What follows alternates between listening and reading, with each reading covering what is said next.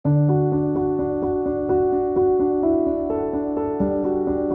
a Globus Vermell, gran part de la nostra activitat és divulgar el coneixement de l'arquitectura, no? O de la ciutat, i per divulgar abans hem de fer tota una part de recerca, evidentment, no? Per poder explicar bé els conceptes. Però és veritat que a internet no trobes molta informació.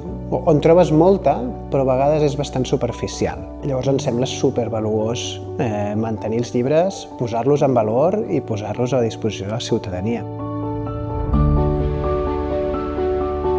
Nosaltres sempre hem sigut molt receptius amb propostes que tenien a veure amb coses o elements que potser en altres espais no fossin possibles. El Globus Vermell, que és una entitat que treballa temes d'arquitectura des de la vessant més social, urbanisme, pensava que tenia molt sentit el generar un espai que fos una biblioteca que, a banda de biblioteca, fos un espai de trobada.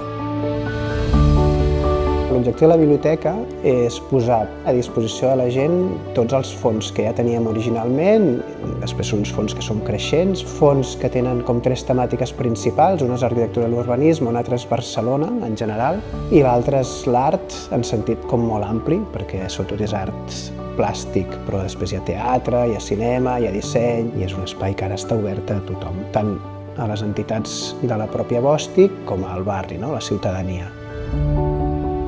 Pensem que és una cosa que suma al conglomerat de projectes que tenim a la nau Bòstic.